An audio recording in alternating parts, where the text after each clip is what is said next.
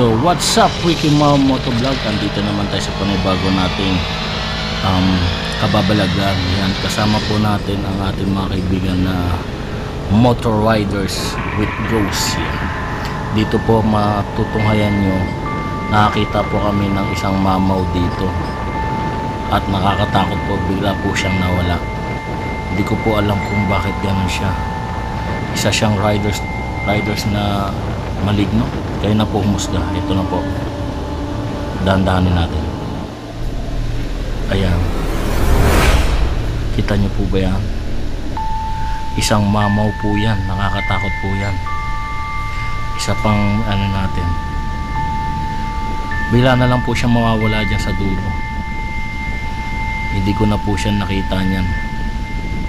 Nakakatakot po yung mamaw na yan. Meron palang totoong ganyan sa totoong buhay.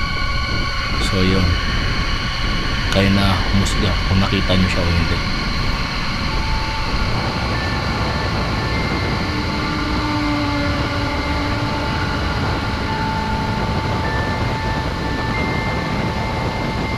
Ayun, di na po natin siya nakita ron.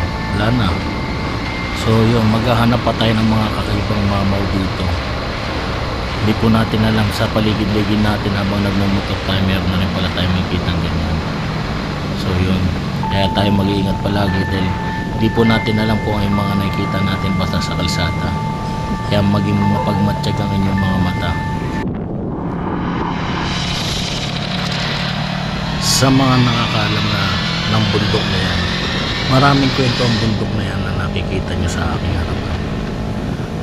Diyan daw ay maraming mga naglakbay na hindi na nakabalik. So hindi natin alam kung totoo hindi dahil wala pa naman nakakasulong sa atin. Pero nga daw dyan umakyat, mga 1 linggo hindi na nakita.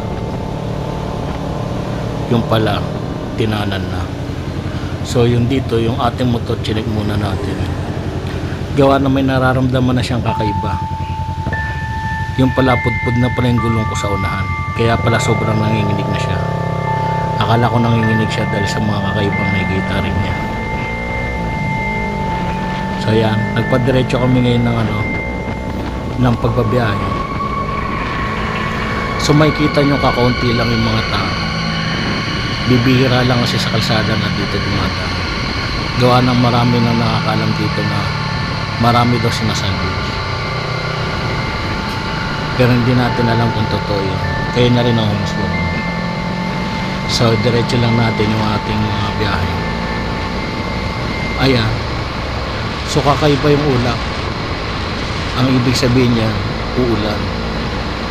Pero salamat naman at hindi kami nabutan ng ulan dyan.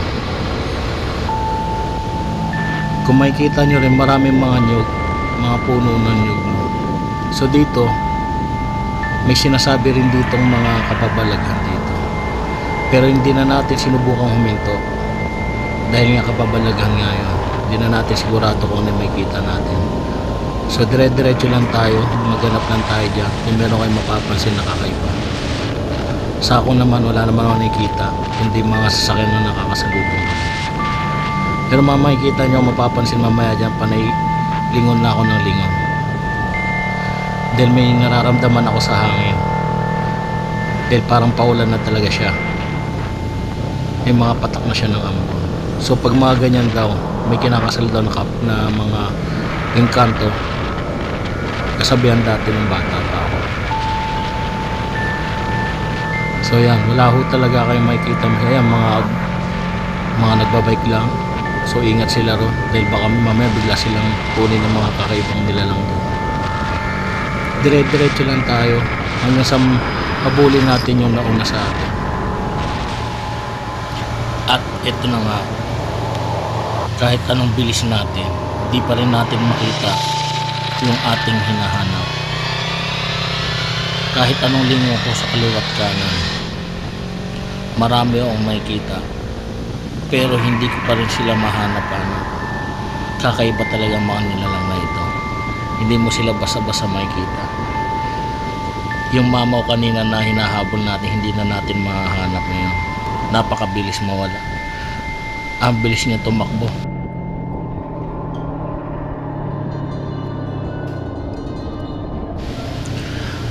Sa parteng ito, dito ko lang napapansin pala na pag masyado mo palang hinahabol yung hinahanap mo, hindi mo kaagad makikita. Kahit anong lingon ko, kahit saan ka tumingin, ang makikita mo pa rin yung kasalubong mo at yung nasa harapan mo. Pero sa atin naman, ayaw naman din natin makita na kung ano ang pwede natin makita sa ating dinadaanan. Katulad na lang ng mga white lady o yung mga pusang itim, yung mga asang biglang tumatawid. Mas nakakatakot yun dahil baka tayo madisgrasya. Pero abangan nyo po yung kasunod na video nito. Dito po ay marami kaming mga nakitang mga kakaibang nilalang po. At kasama natin yung mga ibang exorcism riders natin na taga Batangas, motovlogger. Yan. At sila po ay mas maraming experience sa mga ganitong paghahanap. Tayo ay tumawag pa sa kanila, sumama para malaman kung ano yung mga kanilang kakayahan. So mapapansin nyo talaga, napakahirap po ng ganitong maghanap ng kakaibang nilalang. Kaya sana tayo, kung ano ang nakikita natin, minsan huwag tayo biglang maniwala. At tulad na lang po mapapansin nyo ngayon, yan po ay sobrang nakakalula. Lalo na ngayon, ayun po yung nahabol na po natin, yung mamaw na hinahabol natin, bigla na rin po siyang mawawala dyan sa isang kisap mata. Napakabilis po niya. Ayan po talaga ang mamaw natin na hindi natin kayang habulin kahit anong bilis ng takbo natin. Salamat sa panonood.